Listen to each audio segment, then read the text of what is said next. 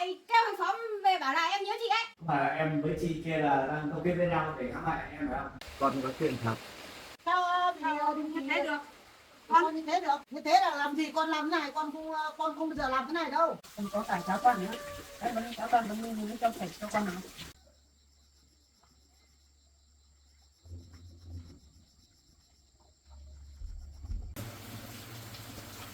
Anh có gì đâu ạ? Em không sao ạ? Anh ốm à? Anh không phải anh ốm đâu. Không sao.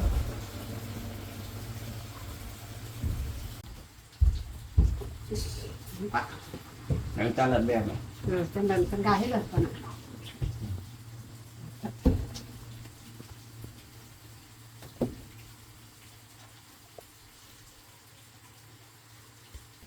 Con nhìn mặt con sao buồn thế? À, Hôm nay con không đi làm à? Mẹ à? Đây thì mẹ Con đừng nghỉ à? vâng phải đi làm đâu mẹ. Mà mẹ nhìn mặt con thấy buồn lắm. À, có gì đâu mẹ. Có gì đâu vậy. Hay là con đau đầu? Không, con đau đầu rồi mẹ. Đau đầu đừng giấu mẹ nhé. Vâng, con biết rồi. Mẹ nhìn mặt con có vẻ đau ốm kiểu gì đấy. Mình mệt đấy con ạ. Con đau ốm kiểu gì thì bảo mẹ nhá. Không có gì đâu mẹ. Và con công việc của con thấy nhiều hay áp lực chứ không mẹ. Có gì đâu.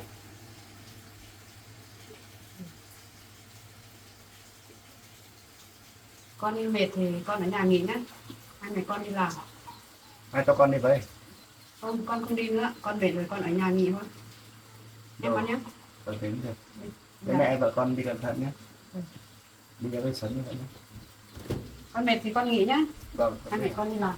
Vâng. Đi con ơi. Thì mẹ lấy gùi cái áo.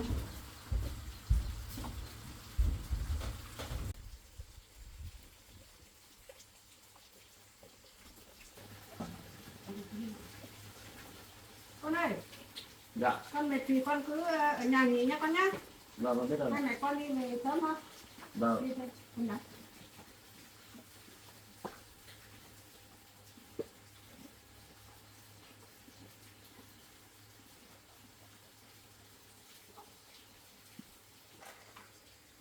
Bây giờ sao nói cho vợ mẹ biết rồi. Giờ mẹ vợ biết chắc buồn lắm.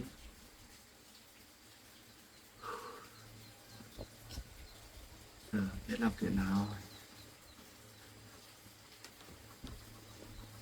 Chắc là mình bị ám hại. Không thì không thể xảy ra chuyện như thế được.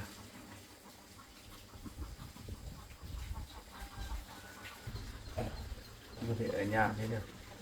Ở nhà thì không giải quyết được chuyện đấy được. Bây giờ mình phải đi gặp hai đối tượng đấy. Chuyện gió nữa được. Lại mình hai đối tượng đấy có thù oán gì với mình không? Sao ám hại mình thế?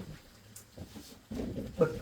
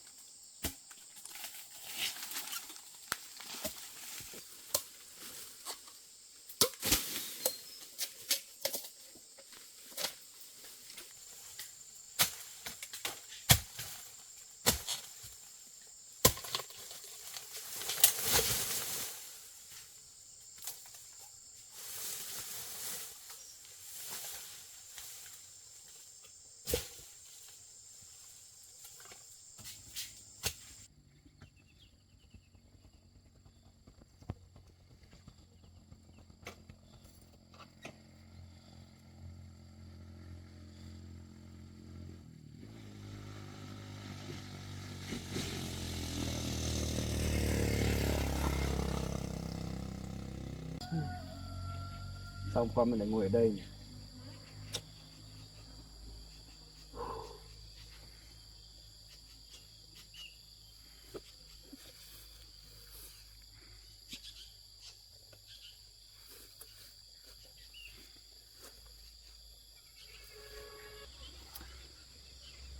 Nhỉ? Rõ ra hôm qua mình ở dưới kia lên mình thấy chị ấy ngồi đây bảo là say nắng rồi. Vậy mình về đây mình cũng có hộ chị ấy. Thì chị ấy đứng dậy. Mà tại sao mình nhớ mình có được ngồi đâu. Mà sao mình lại lúc đấy lại thấy mình ngồi ở kia cả ly dậy. Của là một chuyện thế này. Hay là vào cái anh kia nó giở trò hãm hại mình. Nhưng mà cái lúc mình xuống xe ấy, hỏi chị ấy bảo là chị ấy bảo say nắng mà là mình cần xuống hộ rồi. Mà mình nhớ lúc mình xuống hộ chị ấy thì mình đang định đỡ chị ấy dậy, thì đến lúc đấy là mình không nhớ cái khoảng trống cái là như thế nào nhỉ. Một phát thì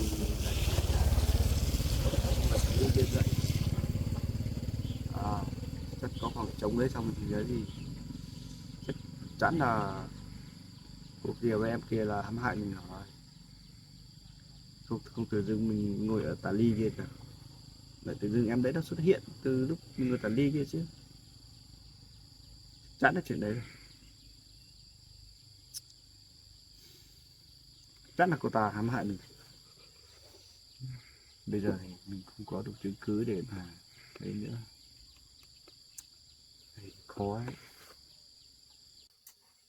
Bây giờ mình thì bị xếp vị trí công tác rồi, mình không thể ngồi ở nhà yên được, mình làm rõ vụ này mới được, chứ không mình bị oan thế này không được đâu. Thôi hay là mình đi gặp chị đấy nên nói chuyện rõ, không thể để lại thế này, mình bực lắm.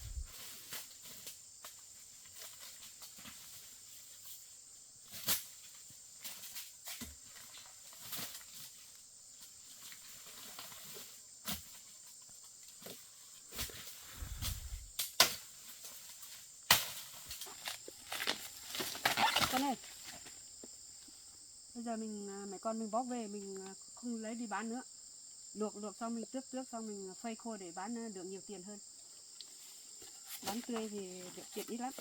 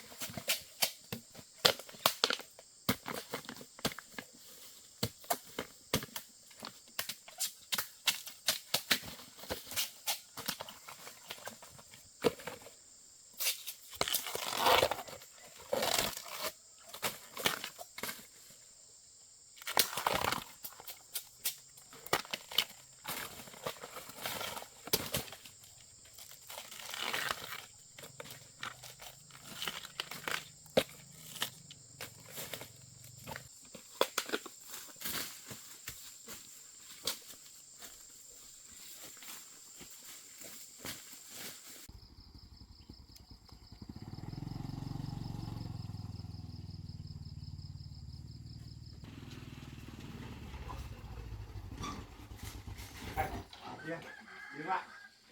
Đi gặp em chị mình chạy đâu ấy? Có chạy đâu, chị vào nhà nhặt đồ mà. Cho tôi gì?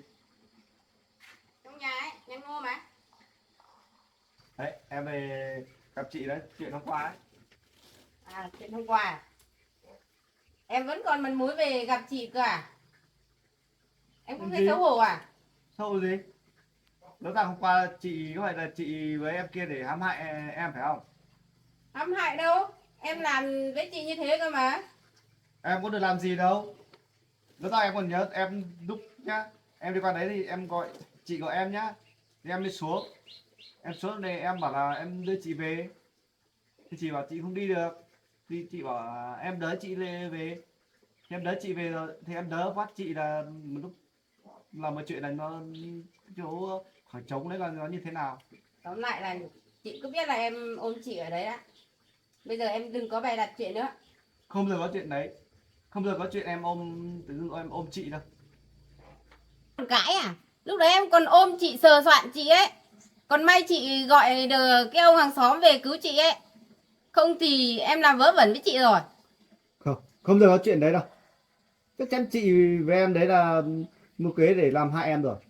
Mưu cái gì bây giờ có cả video ở đấy rồi. Em còn cái gì nữa?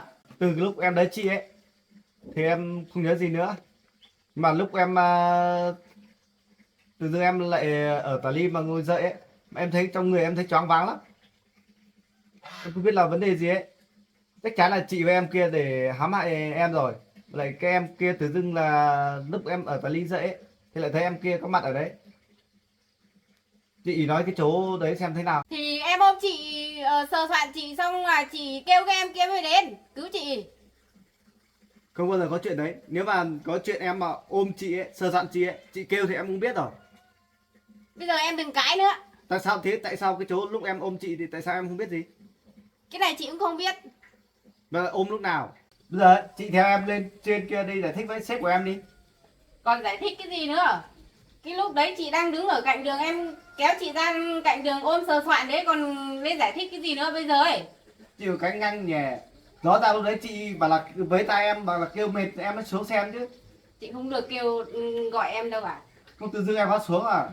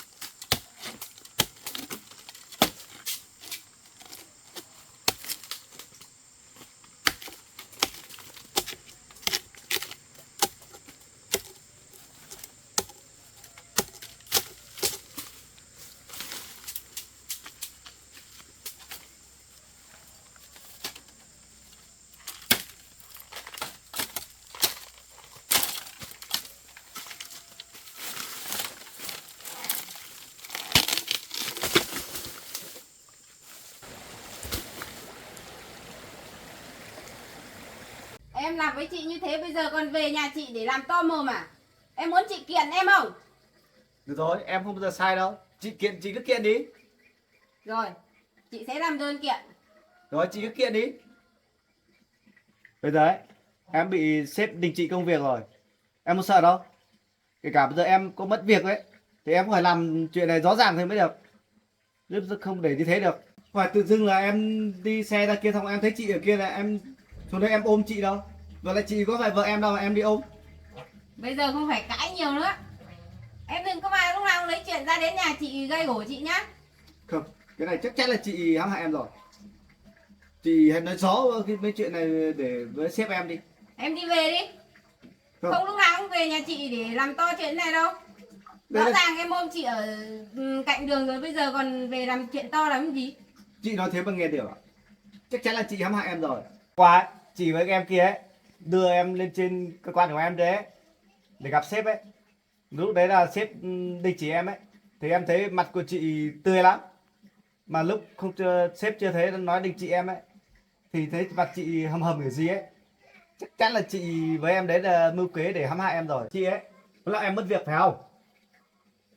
Chị với em có thù oán gì đâu mà chị phải làm gì? Đấy là việc của em làm với chị là chị phải đưa em lên công an chứ. Bây giờ em còn nói cái gì nhiều? Về đi. Thôi em không về đâu. Vậy em phải nói chuyện rõ với chị bây giờ. Có về không? Không về là chị lại đưa em lên công an bây giờ đấy. Được thôi. Em đang muốn chị với em đi lên công an đấy. Đi.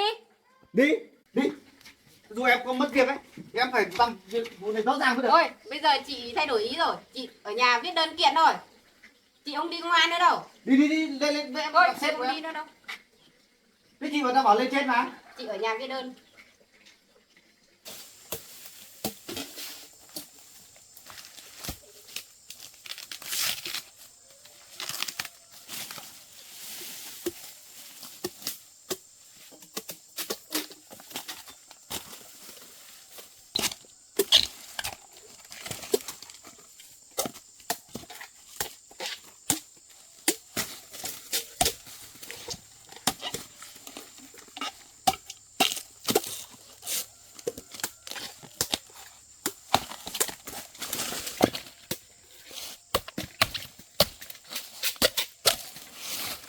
Nhìn biết ngay mà, biết ngay thái độ của chị rồi mà. Chắc chắn là chị hãm hại em rồi, thì chị mới có thái độ này chứ. Hại cái gì? Suốt ngày về nhà chị làm cái chuyện to làm cái gì nhỉ? Chuyện em đã làm thế rồi, bây giờ em còn về làm chuyện to làm cái gì? Em không Không được thì làm. chị lại kiện em bây giờ ấy. Chỉ giờ chị cứ kiện đi. Đi về đi. Đây là nhà chị chứ không phải là nhà để về cho em cãi, suốt ngày về cãi nhau đâu. Em không muốn về đây để cãi nhau với chị đâu. Mà chị, chuyện này chắc chắn là chị làm hại em rồi. Rồi đấy, em phải làm rõ vụ này mới được. Rồi, thế em cứ về đi. Để chị sẽ làm đơn cho. Rồi chị cứ làm đi.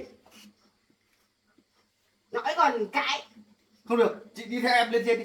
Không phải đơn đùng gì hết. Không, chị không đi. Chị ở nhà làm đơn thôi. Đấy, Về đi. chắc chắn là chị có tật rồi đấy. Nhìn chị là biết ngay mà. Cứ đi về đi. Rồi chị sẽ viết đơn kiện. Giờ cả chị mất kiện đấy. Chị cứ theo em đi lên trên gặp sếp của em đã. Em cứ đi về đi. Rồi chị sẽ giải thích sau. Không thể thích gì hết. Chỉ phải làm rõ cái vụ này cho em đi. Đi về đi. Nói Anh không về chịu đâu? đi về. Đi về. Thế.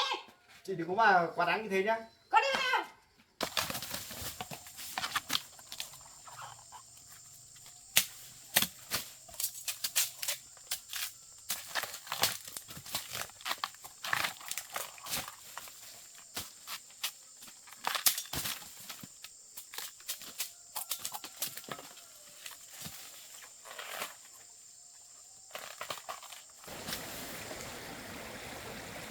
Em không đi về tí chị lại kêu hàng xóm về bảo là em nhớ chị ấy.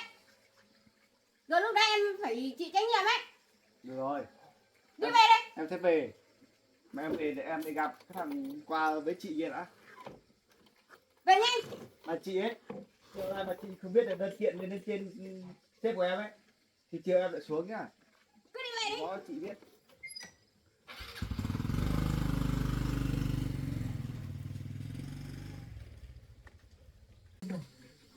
Đi coi cái thằng em cho thuê mình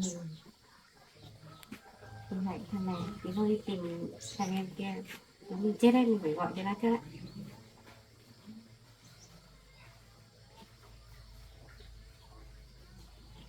Alo em à. Hôm qua em thuê chị đi hại cái thằng em ấy. Bây giờ nó chuẩn bị lên tìm em ấy. Không sao đâu. Nếu mà nó lên tìm thấy em ấy, em bảo là đừng nói cái gì nhá. nói là chết chị đấy. Thế nha em nha.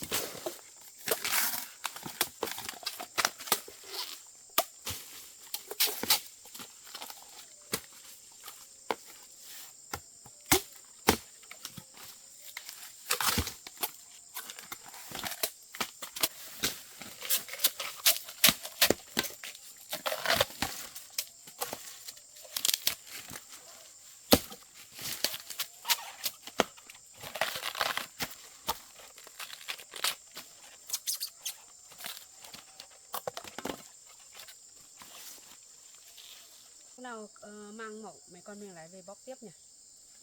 Con gùi cái gùi này mẹ gùi đấy. Từ từ mẹ nhá.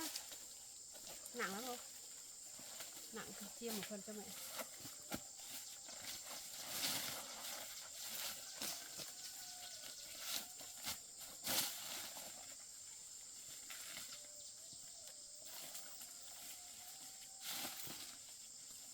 Nặng không? Đi từ từ với con này. Má đấy.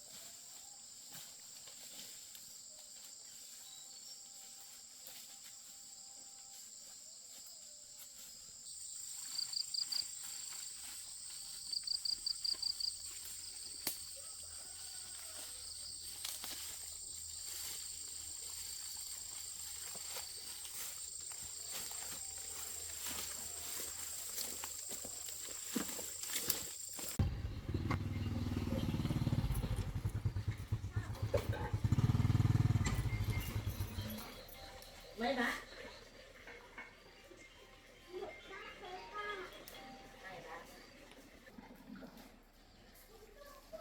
Anh nhá.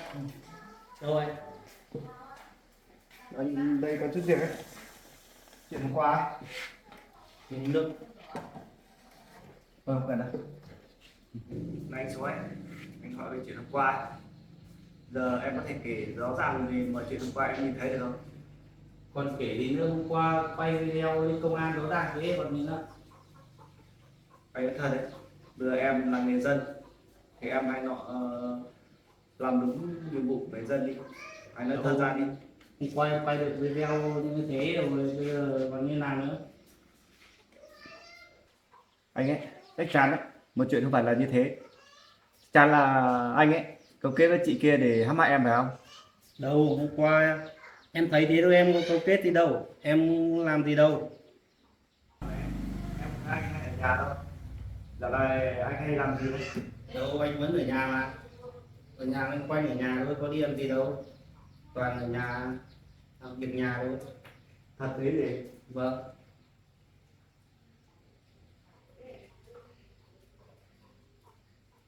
Bây giờ anh vẫn thấy thắc mắc về cái chuyện hôm qua đấy. Có gì phải thắc mắc. Hôm qua bằng chứng rõ ràng như này rồi thì bây giờ còn gì thắc mắc nữa. Qua lại hôm qua ấy, anh thì bảo là anh ở gần đấy, nhưng mà nhà của anh thì ở tít dưới này cơ. Tại sao mà anh nghe thấy kêu cứu, tiếng kêu cứu ở đâu? Hôm qua Mà- anh lên đấy chơi mà, lên đấy chơi, vào đấy chơi xong. Thế anh còn bảo anh đang nằm ở trong nhà bên cạnh đấy đấy. Ừ, Thì ở đấy có phải nhà của em ở đấy đâu? lên nhà bạn chơi thôi. Ừ được rồi, ở nhà bạn đi. Nhưng mà lúc anh mà ôm chị đấy đấy Tại sao em không bảo anh đi? Tại sao em là phải quay video làm gì? Em cứ quay để lấy bằng chứng nữa đâu. Thấy chị đấy kêu cứu thì tưởng anh hãm hại gì thì em quay để lấy lại bằng chứng thôi. Mà tại sao cái lúc anh ôm chị ấy, tại sao anh lại không biết gì? Cái đấy em cũng không biết, em ra em thấy thế à. Tại sao anh lại quay video? Và anh quay video đấy là anh có mục đích gì? Và lại trong đấy chị đấy có phải là vợ của anh đâu? Đâu, quay chơi, em quay thì em chơi thôi mà. Quay chơi gì? Nhưng mà có sao Anh có biết anh quay cái video đấy là bây giờ rất ảnh hưởng đến công việc của em không? thì anh cũng có biết đâu. Quay chủ yếu quay để đăng lên chơi thôi, anh có làm gì đâu. Đăng lên đâu? Đâu, em đăng lên mạng, đăng lên chơi thôi, biết đâu kiếm được ít tiền.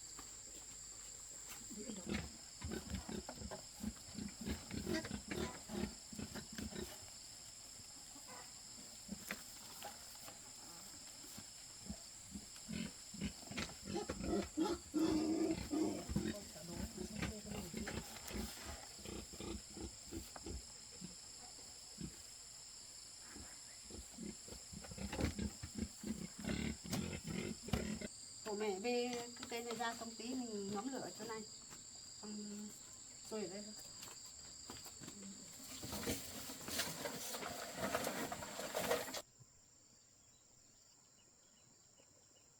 Có phải là em với chị kia là đang câu kết với nhau để hãm hại em phải không? Không, anh nhìn thấy em như này cấu kết cái gì? Em với anh có liên quan gì nhau đâu mà cấu kết gì đâu. Em cũng như người bình thường thôi mà, em có làm gì đâu. Chắc chắn hai người này đã kết hợp với nhau rồi nhé. Đâu, Tốt nhất anh đi nói sự thật đi. sự thật thì có gì đâu. Anh chỉ người bình thường thôi, có liên quan gì đâu mà bây giờ phải đi cấu kết gì mà ám hại anh để làm gì. Đừng có mà để anh điều tra ra nhé. Anh mà điều tra ra là em không xong anh luôn đấy. Anh cứ điều tra đi, anh điều tra thoải mái.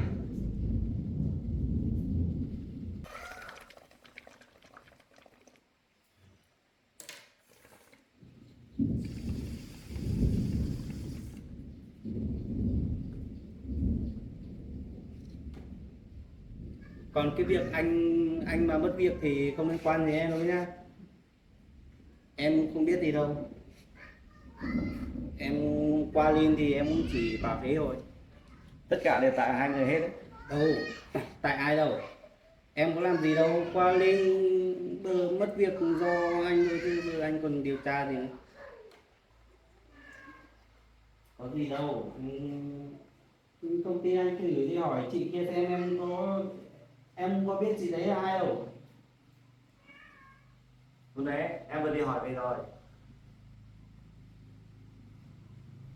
Bây giờ đấy em cũng không biết là ai nữa thì em sao biết được.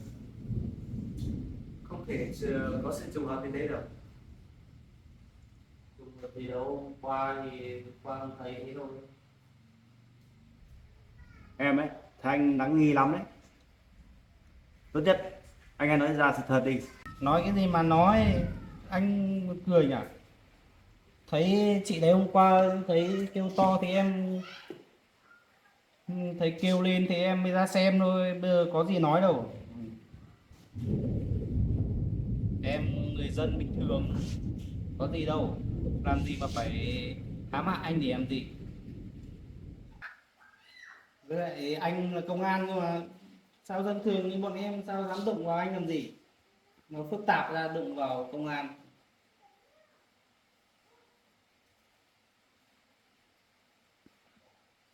Nhưng mà không thể biết trước được đâu. Em người dân bình thường sao mà làm gì đâu, có làm gì với anh đâu.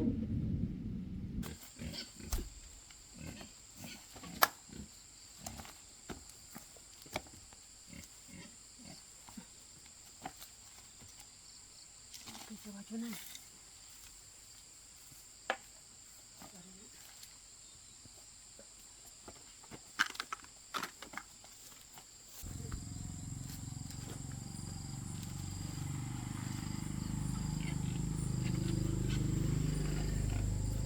Để nồi xuống đặt xem có vừa không.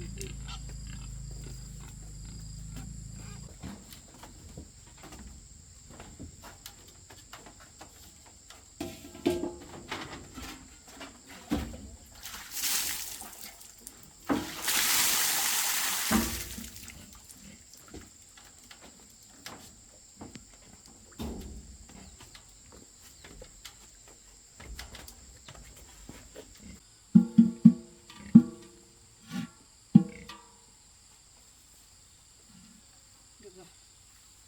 Vừa lắm rồi.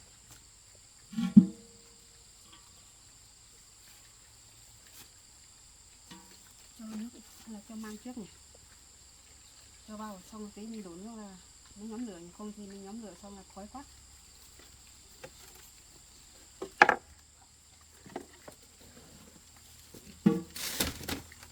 Con đi nấu nước đi.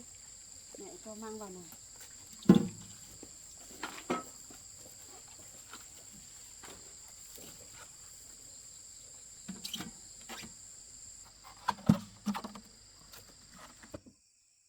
Tóm lại là anh không liên quan đến chuyện này phải không? Không, anh thì liên quan. Thế là lúc đấy là em thì giúp chị ấy được không? Đúng rồi, lúc đấy giúp thôi, giúp xong chị đấy em có biết gì đâu, xong chị đấy đã tự bảo em đưa anh lên đồn thì em hộ chị đấy đưa lên thôi, em biết gì đâu. À được rồi, thế rồi.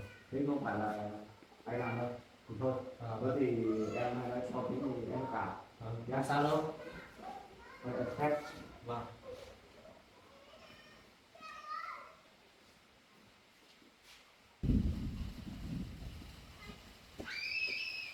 Anh này, mình lắm làm mà mình lắm là tội.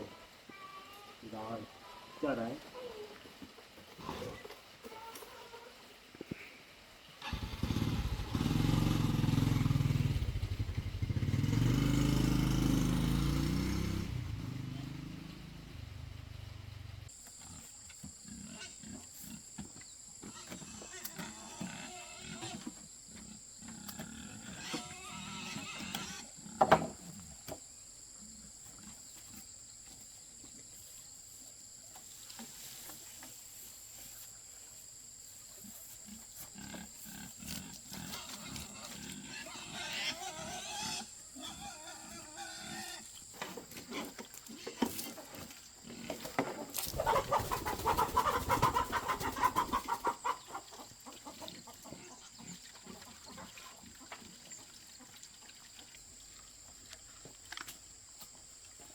Con này, con gái. Con rể đi đâu nhỉ? Thấy cái nhà vắng vắng. Thấy đóng cửa hết rồi. Hay là con rể đi làm rồi?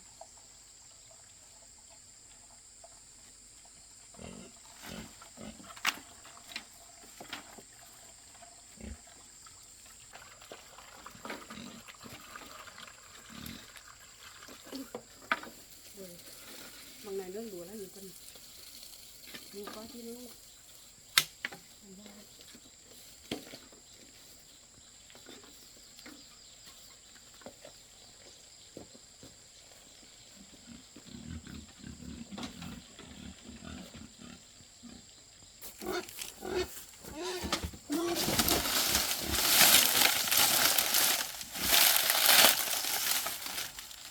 Bật lửa trong nhà này con, ở đây đấy. Nãy mẹ lấy rồi.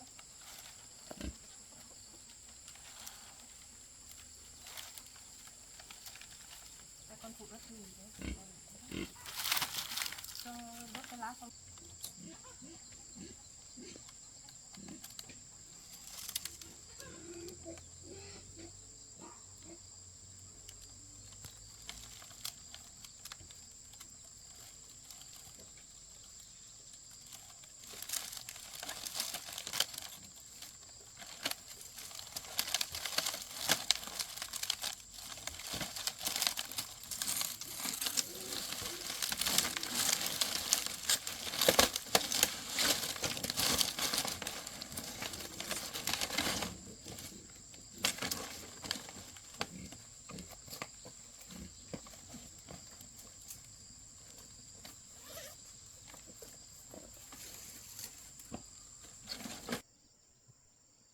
Máy mình bật khùng tí nữa thì phát hiện bờ mày bắt chước của ta xem mày làm gì được tao.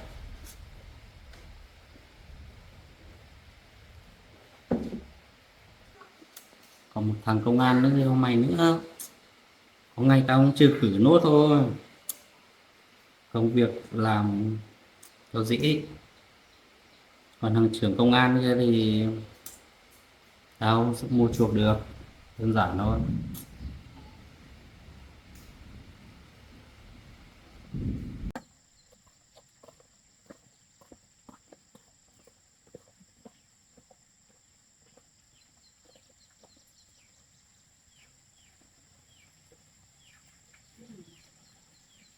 Ôi con, để bảo ốm nhưng mày bảo ở nhà mà.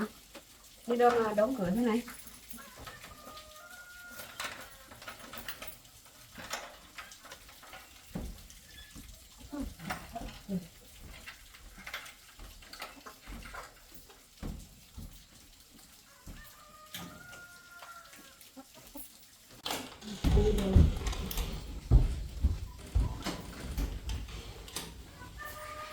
Không thấy.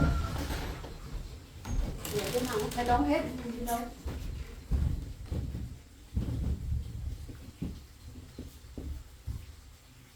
Thì vào con đi để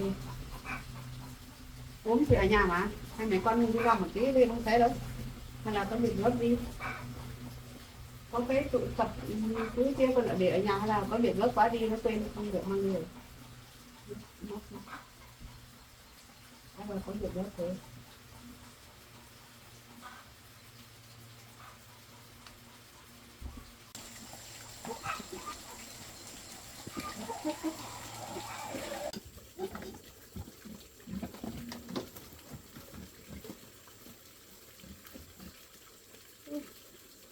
Nó mang một cây ở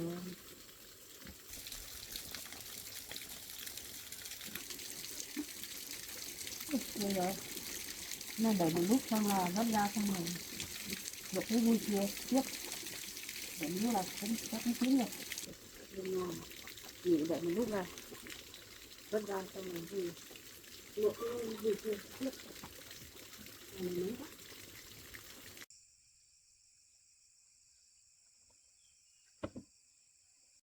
Cả cái chầu nhiều kia xuống đây này cầm một cái xuống rồi vắt cái mang đi vui luộc cái vui kia tiếp.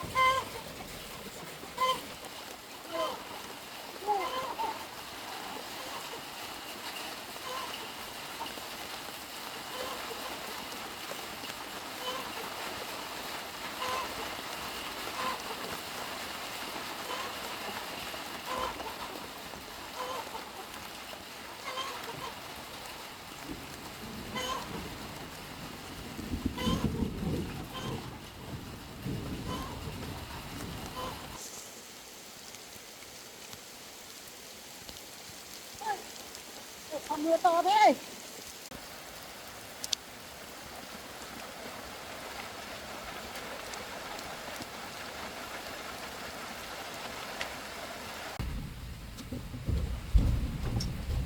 Ơ, bà lên đây làm gì ấy? Bà ở nhà. Con, bà lên đây làm gì? Con trai đâu à? Bà lên đây chơi thôi. Tôi nhớ các con lại lên chơi thăm các con. Thế bà có đun nước cho con dâu uống không? Tôi cũng tin bà, tôi cũng bảo con về tôi đi cho con gái tôi uống được. À, cứ cho nó uống nhiều.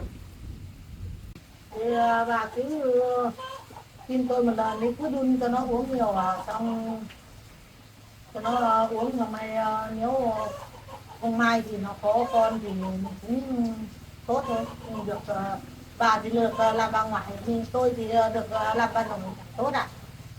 Tôi cũng tạm thời tin bà một lần. Cho đun cho con gái tôi uống. Cứ phải đun cho nó uống nhiều. Thì thường tôi cũng nhắc con gái tôi uống rồi. Bà có việc gì làm thì bà ngồi đây nhé. Tôi đi xem cái nồi mang của tôi đấy. Đi nhóm một tí lửa, trời mưa thế giờ tán lửa. Bà cứ đi làm.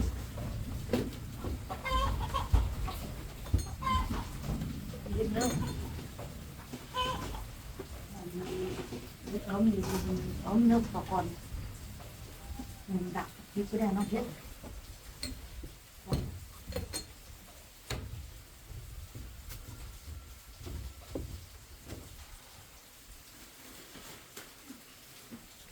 Có đúng ít quá, còn nhiều quá, dùng nước.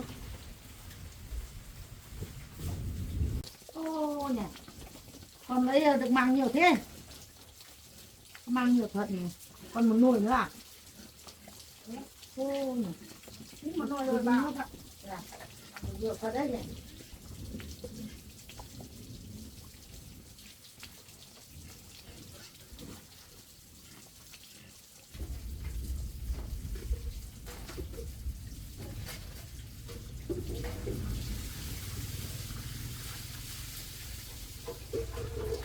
Bà làm cái gì ấy? Bà đang đun tí nước. Đun tí nước cho con dâu uống.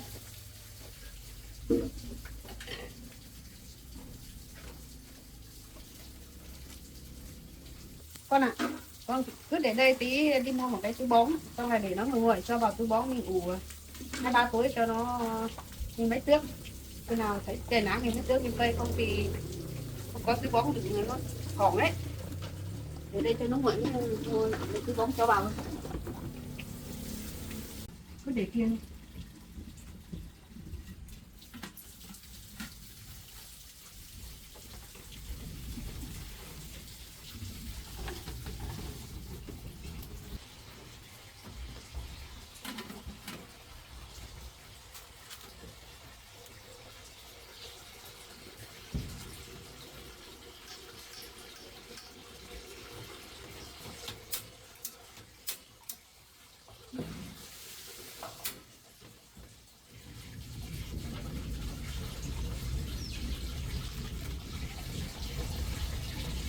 Trong đấy rồi rửa nhóm cái này đi nó cắt sôi nồi thứ hai này nó cắt sôi.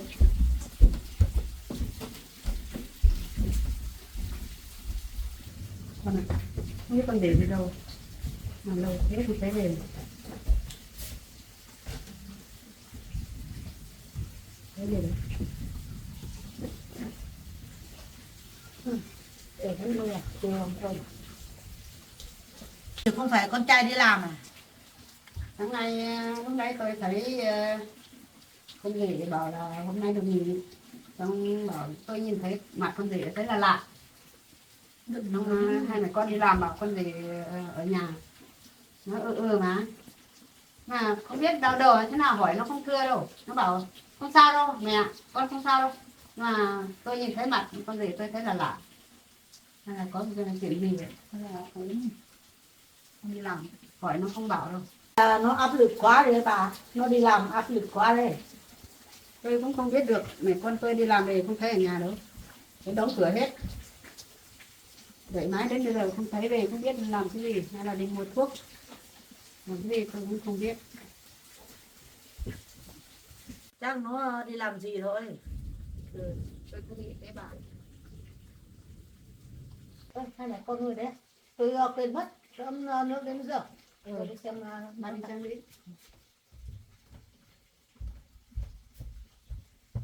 Con nhìn bảo này nhìn thấy này trên thì con thấy thế nào sao thấy ngoan thế nhỉ? Khi nào mẹ tôi của con thay đổi thật mà mẹ nhìn thấy là lạ.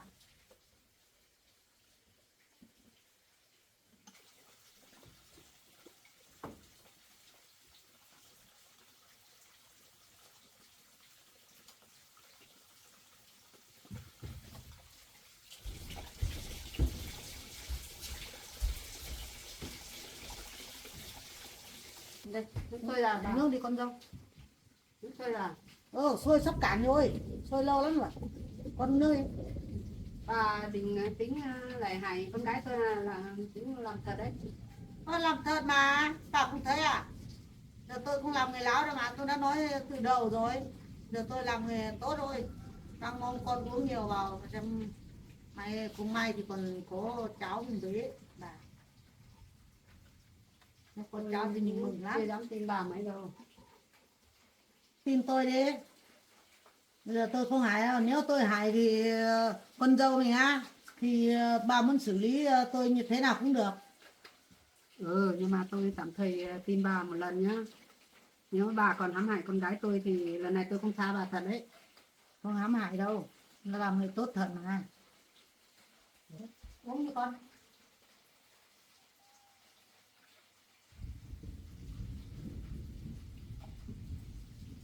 Đấy, uống đi con.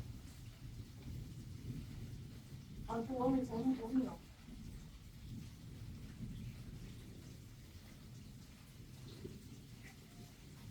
Bà cứ nhìn chằm chằm vào tôi làm gì? Tôi nhìn thấy cái mặt bà thấy là bà tôi lo sợ bà là hãm hại con gái tôi đấy. Lạ cái gì lạ, đun nước cho con uống thôi mà, có sao đâu. Cái thuốc này nó có thai thần mà.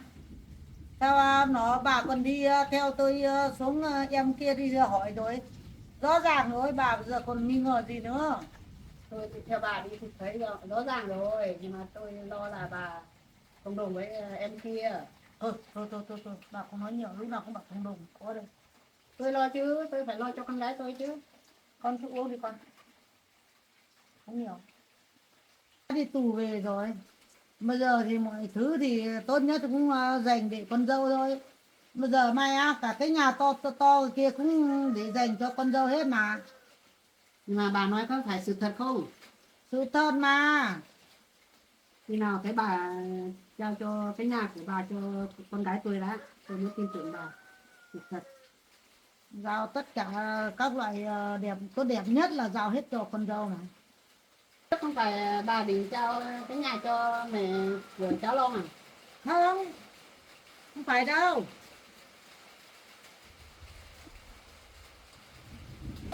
Tôi đi tù về á, tôi hiểu rồi.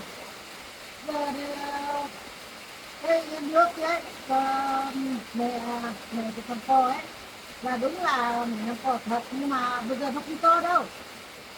Bây giờ thì phải cho con dâu của tôi thôi. Thế bà thay đổi tính thật à? Thay đổi thật mà.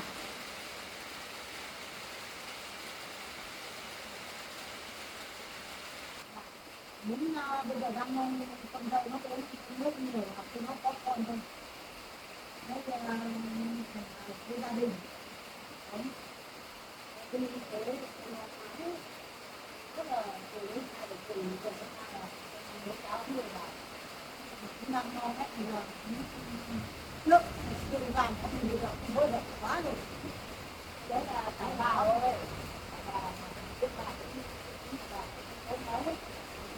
Rồi bây giờ thì nghĩ lại là đúng là không nên cũng là con dâu mình. Chứ không phải là làm với con cái của mình. Giờ mình đi tù với nhiều như biết.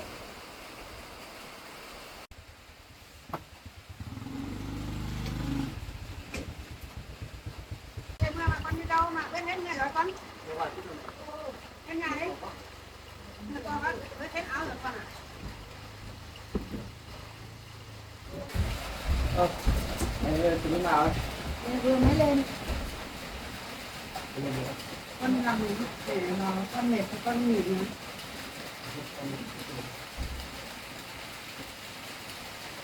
Cái này có việc gì không?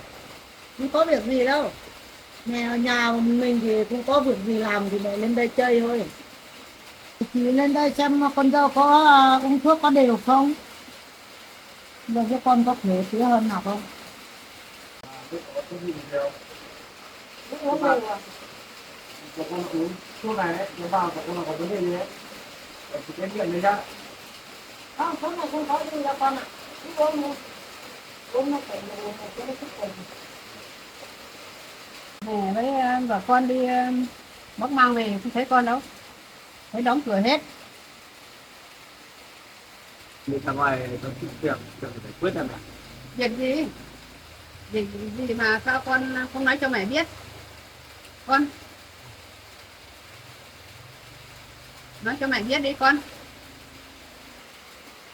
Con đi làm về con có việc gì con phải bảo mẹ chứ. Từ hôm qua con đi làm về mẹ nhìn mặt con thấy là lạ. Mà mẹ cứ nghi là con đau đầu, hỏi con bảo không phải. Ừ. Nhà mình có chuyện gì đấy? Dạ. Tôi cũng không biết đâu. Tôi cứ thấy con để đi làm về cũng thấy cái mặt là lạ. Hỏi tôi tưởng là đau đầu. Hỏi con bảo con không phải đau đầu đâu. Với mẹ là mấy vợ con ở người nhà mà. Không có việc gì con không phải giấu mẹ đâu. Không giấu được mẹ đâu. Con nói ra cho mẹ biết đi con. Cũng là con có chuyện thật mà con nói ra thì cả nhà đừng Có chuyện gì thì hoạn con nhé. cứ nói hết đi. Có chuyện gì Nói con ra nói đi ra con. đi. Nói ra để cho mẹ biết đi. Con giấu làm gì? Hôm qua ấy, các con đi tuyên truyền ấy, thì có 2 người hãm hại con cho nên con bị đình chỉ công tác rồi. Sao bị Sao đình như chỉ thế được? con như thế được? Mẹ thực ra từ lúc con đi làm ấy, thì 2 người đó hãm hại con hay sao ấy, cho nên mới bị chết của con đình chỉ công tác thời gian này thế để điều tra lại đó, cho nên con cũng sợ mẹ ở nhà mình buồn không dám nói ra. Sao rồi thì người ta hãm hại thế này con? Con đi làm về mẹ mới thấy con mặt buồn buồn nhưng mà mẹ hỏi mãi. Con không bảo mẹ. Mọi chuyện là như thế này, thì cái sự hôm qua ấy chết điều con đi tuyên truyền cho bà con ấy, thì những pháp luật bây giờ những người buôn ma túy này với lại buôn người giết nữa, bà con đi tuyên truyền về đến quay đi đến nửa đường rồi có gặp một chị, thì chị ấy bảo say nắng mà ốm, bây giờ con giúp thì con thấy người ốm ở đấy thì con xuống để giúp, mà tôi cũng đang đưa cô ấy để gọi là hỏi xem cô ấy có về được nhà không, đó là không về được. Định đới chị kia dậy ấy thì lúc đấy con không nhớ gì hết, xong một lúc sau con thấy con nằm ở ngoài tả ly kìa, thì lúc đấy con dậy thì con thấy một anh hàng xóm ở bên ngoài ấy cứ la hét bảo là con sàm sỡ cái chị kia. Như thế thì lúc đấy con có được sầm sỡ cái gì cái đứa cháu kia không? Không, con không được làm gì hết, đang chỉ đỡ chị ấy đi về thôi, con không được sàm sỡ gì với chị ấy đâu. Thế con không được làm cái gì với đứa cháu kia đó. Không, con không làm gì hết đâu mẹ ơi. Nhưng mà mẹ cũng nghĩ con là người tốt mà. Thế không có chuyện đấy đâu con ạ. Con không biết nữa, chắc là do họ ghét con hay làm gì con, họ hãm hại con thôi. Nếu con không được làm cái gì cho họ thì lần này là mẹ không tha đâu. Cho nên con mới không theo mẹ với vợ con bóc băng, con không thế chị thế để hỏi lại xem là chị ấy không nhận mình. Nhưng mẹ cứ nhìn thấy mặt con là lạ mà mẹ cứ tưởng là con đau đầu. Con giấu mẹ thoải mái. Con cứ trả lời mẹ. Mẹ cứ lo cho con. mà hai mẹ con đi bóng mang về là không thấy con nữa, là không thấy con đi đâu. Thì cái lúc đấy con chuẩn bị đi đỡ cái đứa cháu kia ấy, xong là họ làm cái gì cho con thì con cũng không biết à? Từ đây thì con không biết gì đâu. Lúc con biết thì con chỉ biết lúc con nằm ở tại ly dậy ấy. Rồi lại thấy có một người hàng xóm ở kia. Sau là bảo là con sàm sớ chị ấy. Sau là họ đưa con lên trên cơ quan của con kia. Xong gặp sếp. Thì sếp bảo là mình trong ngành công an ấy. Làm như thế thì sai ngành. Biết sau là sếp bảo là thôi thì tạm thời đình chỉ công tác của con. Để cho sếp điều tra lại. Thế. Thế thì chắc chắn là họ muốn hãm hại con thôi. Như thế là làm gì con làm cái này, con không bao giờ làm cái này đâu. Chắc là họ muốn hãm hại cho nó mất việc ấy. Đấy, bà nói đúng. Vâng mẹ, con như thế. Thế là họ muốn hại con rồi. Nên họ muốn về làm cái mưu đấy. Đúng. Mà các con thật thà quá đi, thấy người ốm người ta kêu bảo là bị mệt biết lại đi giúp người ta chứ. Con nào người tốt là Lần sau đấy con phải rút kinh nghiệm nhá, đừng làm thật thà quá không được. Thì người ta nó muốn hãm hại mình ấy, người ta mới làm thế con à. Nhưng mà tại sao họ lại muốn hãm hại con? Con có làm thù có làm gì với ai đâu mà họ lại muốn hãm hại con? Con ơi, con còn ngây thơ lắm. Sao mình đi làm công an ấy, mình còn đi bắt tội phạm này, bắt các loại này, bây giờ người ta chẳng thù oán đấy là con, người ta mới hãm hại thế này. bà nói đúng. Giờ con bị mất việc rồi, con thấy buồn lắm. Không buồn đâu con ạ. Bây cháu này hãm hại con nhà ở đâu? Mẹ không tha đâu, đây là mẹ sẽ phải điều tra đến tận đi đến tìm tận nhà đấy. Mẹ làm đấy không tha đâu. Thế là ở cách nhà mẹ bên ngoài cách khoảng 1 cây đấy. Thế á? Chị Tên gọi gì? Thúy này, chị Thúy ở ngoài kìa. Cái Thúy là có phải cái đứa cháu Thúy ở bên ngoài nhà mẹ con bên ngoài đây có phải không con? Đúng rồi mẹ. Đấy. Cái đứa đấy là mẹ biết rồi. Thế bà biết à? Biết cháu Thúy à? Vâng, nó ở gần nhà mình cái khoảng hơn cây thôi mà, 1 cây thôi. Thế tôi không biết đâu, nhà tôi Mày ở bực trong- lắm rồi. trong khe này tôi không biết ai cả. Thế bà biết bà giúp đi, giúp cho Không tha đâu, đây là mẹ không tha đâu. Mẹ đi làm thật đấy. Bây giờ ấy, mẹ đi xuống đấy chả giải quyết được chuyện gì đâu. Sáng nay con cũng vừa đi xuống đấy về rồi. Nói chuyện với chị ấy rồi. Mà chị ấy nói chuyện ngang lắm. Làm nào làm, mẹ không phải xuống đấy đã, làm một trận á, không tha đâu. Giờ mẹ xuống đấy không giải quyết được gì đâu. Vì mấy con nói chuyện với chị ấy con bảo là con biết dân thì kiện lên đấy. Kiện thì kiện, mình có làm gì sai đâu mà kiện, không tha. Thế con cũng bảo thế rồi. Mẹ không tha đâu, nói đến mẹ tức lắm rồi. Con hãm hại con nuôi con bảo kiện à, đi giúp đỡ nó thì còn quay về lại cắn mình như thế này không được, con không được. Con trai mẹ không bao giờ làm như thế, chắc chắn rồi. Mẹ đã biết tính con rồi, mà họ muốn hãm hại con thôi. Những vụ này thì không được, con để mẹ lo. đấy, bà nói đúng đấy. Thôi mẹ, mà chuyện cứ để từ từ lo dần dần thôi. Không được, các đứa lo con không lo được, về để cho mẹ lo. Mẹ tức lắm rồi, mẹ đi đây, mẹ không tha đâu. Em không có, họ muốn hãm hại con đấy. Thôi mẹ, Mẹ giờ mẹ không xuống sao. đấy giải quyết được gì đâu mẹ. Ừ, Mẹ. quay. Đấy, các con cứ ở nhà mà chờ. Bà đấy ở nhà nhá, tôi đi đây, tôi bực lắm rồi. Tôi không có khó cái nào.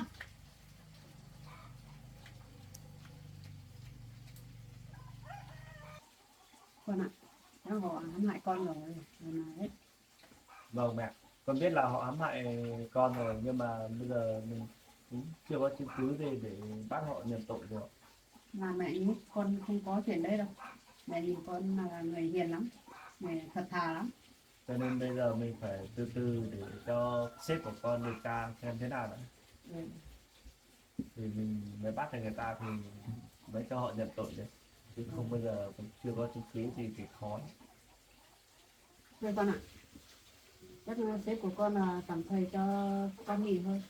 Nếu hôm nữa là nếu điều tra ra việc thì sự thật là chắc con này được đi làm việc. Vâng. Con đừng buồn nhé. Con tạm thời nghỉ thôi, không sao đâu con ạ. Nhớ con nhé. Vâng, con biết thế đấy. Nhưng mà Không bực lắm, mình phải làm. Mẹ biết rồi. Mẹ cũng nghĩ là con là người hiền và người thật thà mà. Làm gì mà con có chuyện đấy. Chuyện đấy không nói nữa. Lúc nãy hai mẹ con đi bóc được măng nhiều lắm. Luộc nồi bên kia. Nhiều vậy. Được mà. Con đi xem đi. Với mẹ với vợ con đi xem đi. Được 2 đuôi vợ. Được 2 đuôi mà.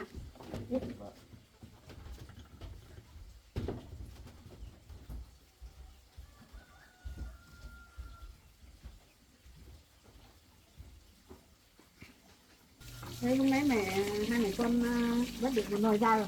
Bên kia còn một nồi đấy. Bây giờ có con làm mẹ. Con mà, nhưng mà cái này phải lấy túi bóng về đựng.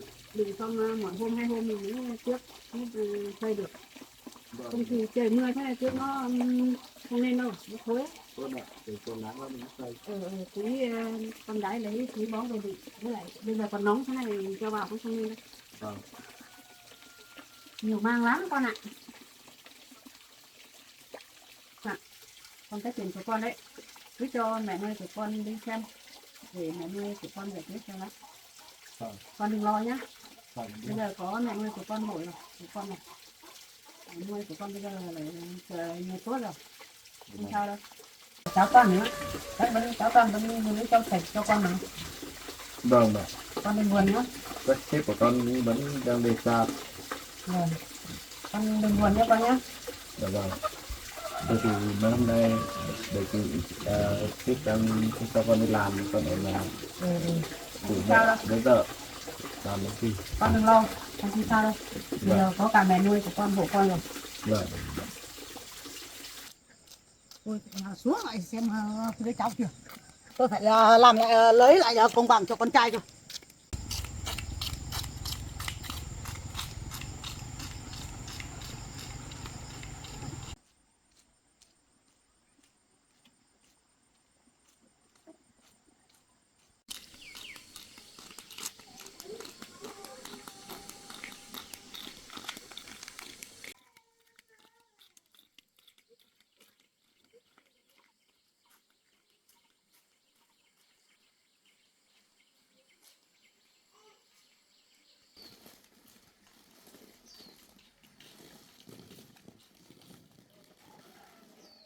Cháu Thúy,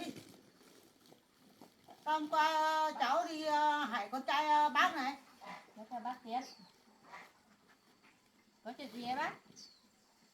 Sao hôm qua cháu đi hại con trai bác? Cháu có hại gì đâu bác. Thế thì bảo không hại à? Tại sao mà đi hại con trai bác mất việc đấy? À, cái chuyện con trai bác mất việc cái gì? Đúng rồi. Hôm qua là con trai bác con định sắm sớ cháu ấy. Ở cạnh đường ấy cháu mới đưa con bác lên công an ấy. Sắm sớ cái gì? Con trai bác không bao giờ làm thế đâu. Con trai bác nó làm công an cơ mà. Nó có vợ rồi mà. Hay là cháu khuyến rũ nó? Bác bị làm sao ấy? Cháu không bao giờ đi quyến rũ con trai của bác cả. Cháu đi đường anh ấy khác con của bác khác về kéo cháu xuống bên cạnh đường sắm sớ cháu ấy. Có ai chứng cớ đâu mà nói thế? Có đấy bác ạ. Cháu có video ở trên công an rồi. Bác không tin bác lên cháu mở cho xem. Trai bác á, từ ngày xưa đến giờ không bao giờ làm thế nào, làm hại ai. Chắc là cháu muốn hại nó thôi. Không có gì như thế đâu. Lại nghe con trai bác về chửi cháu cái gì? Không phải đâu. Bác nó biết như thế là bác cứ từ xuống thôi. Xuống đi xem cháu mà là hại con trai bác thế này. Cháu không hại gì con trai bác cả. Không hại mà bây giờ con trai bác đã mất việc rồi. Đâu phải cháu hại à? Đấy là con trai bác làm nhục cháu là cháu phải đưa con trai bác lên công an thôi. Con trai bác á, không bao giờ làm thế đâu. Cái đấy là do cháu thôi. Con trai bác là không có chuyện đấy thế này đâu. Sáng nay ấy, vừa đi lên đến thấy con trai kể nó bác chưa biết cái gì. Bây giờ bác phải xuống đây đến tận nhà cháu rồi. Hỏi là thế thì cháu ngồi đây kể rõ ràng cho bác nghe nào. Ngồi đây. Kể cho bác nghe. Bác muốn nghe gì? Để cháu kể cho bác nghe nhá. Hôm qua ấy, cháu đi làm nắng về mệt. Cháu đang đi đường ấy mệt, cháu ngồi cạnh đường nghỉ. Xong là con trai bác đi qua đường này thấy cháu đang ngồi cạnh đường, chắc là nhìn thấy cháu xinh quá hay là sao ấy, anh ấy tạt xuống là ôm cháu. Xinh xinh cái gì? Còn con dâu bác còn xinh hơn cháu chứ. Cháu không bao giờ xinh bằng con dâu của bác đâu. Con dâu của bác nó xinh lắm mà. Làm gì mà con trai làm thế? Không có đâu, không có chuyện này đâu. Cháu không biết ai xinh hơn ai, nhưng mà cháu chỉ biết là con của bác là đẻ cháu ở Tả Ly thế thôi, cháu không biết. Khi ôm cháu vào Tả Ly ấy, còn sờ soạn cháu nữa, xong là còn ôm hôn cháu nữa. Còn may có cái anh hàng xóm ở cạnh ấy để cháu còn kêu lên ấy, không thì cháu không biết làm sao rồi. Bác không tin rồi. Con trai bác không bao giờ làm thế đâu.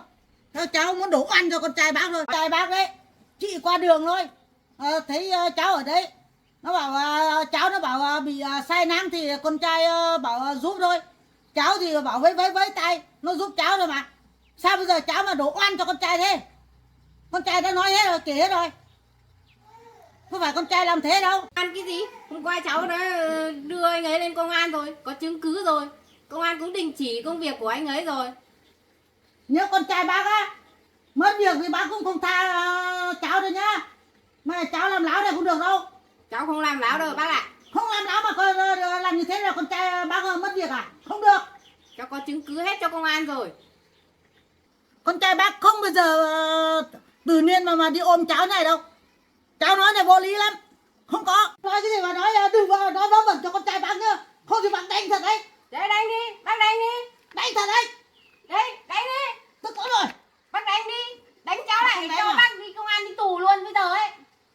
Bác làm đúng luật thì bác không sợ đâu. Bác không làm trái luật đâu. Không sợ đâu. Bác cứ đánh cháu một lần nữa xem. Cháu cho bác đi tù ngay. Hôm nay á chỉ may cho cháu thôi. Bác vừa ra tù rồi. Không á bác không xong với bác đâu. Bác đánh thật đấy. Bác cứ đánh đi. Đánh cháu đi. Cháu có chứng cứ hết rồi. Đây công an hết rồi. Mà bác còn về đây làm mời với cháu làm cái gì? Chẳng may là hôm nay thì cháu được ăn nay thôi nhá. Không á bác ra tù lâu là bác không tha đâu. Bác đánh luôn. Đánh đi. Bác đánh đi. Chẳng qua bây giờ bác vừa ra tù thì bác nể thôi. Không thì không tha đâu nhá. Cháu không làm sai, cháu không sợ đâu. Không sai tại Do sao con mà trai bác ấy. tại sao mà đi hải con trai bác? Cháu Mất không cả hại mẹ. đâu. Con trai bác khác sàm sớ cháu ôm cháu mới đưa lên công an thôi. Cháu không hại nó tại sao nó mất việc được? Từ Đấy. trước ngày xưa làm đến bây giờ có sao đâu. Đấy Tại là bác tại cháu đấy. con trai của bác có lỗi là phải cháu phải đưa lên công an cho họ giải quyết. Đấy là việc của công an làm chứ không phải cháu làm. Thế thì con trai bác ơi bảo cháu nó bảo viết đơn kiện đây. Thế thì cháu viết chưa? Cháu đang bận phây ngô. Cháu Thế thì chưa có thời gian viết. Nhưng mà bác muốn cháu viết đơn kiện con trai bác lắm à? cháu cứ kiện đi. Cháu kiện là con trai bác đi tù đấy bác à. Con trai không bao giờ sai đâu. Bác đã viết rồi. Biết tính con trai bác rồi, không bao giờ sai. Bác đừng có mà cái mồm to về đây oang oang với nhà cháu làm gì. Nhất bác về đi. Bác tức lắm rồi đấy. Bác tức cái gì? Bác có chứng cứ gì về cháu hại con trai bác không? Bác không có chứng cứ gì bác ấy bây giờ bác tức lắm rồi. Không có chứng cứ thì còn ở đây nói làm cái gì? Bác đi về đi, về đi. Đi cháu làm đơn kiện lên mai bác lại xin cháu rút lại, cháu không rút đâu đấy. Đi về.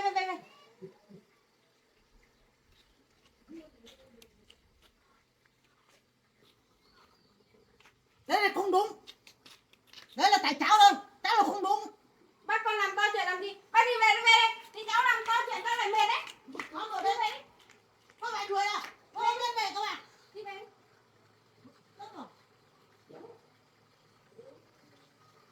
Cả mẹ cả con, mình đã sai rồi còn đến nhà người ta làm chuyện ầm ầm. Đúng là hai mẹ con này lão rồi đấy.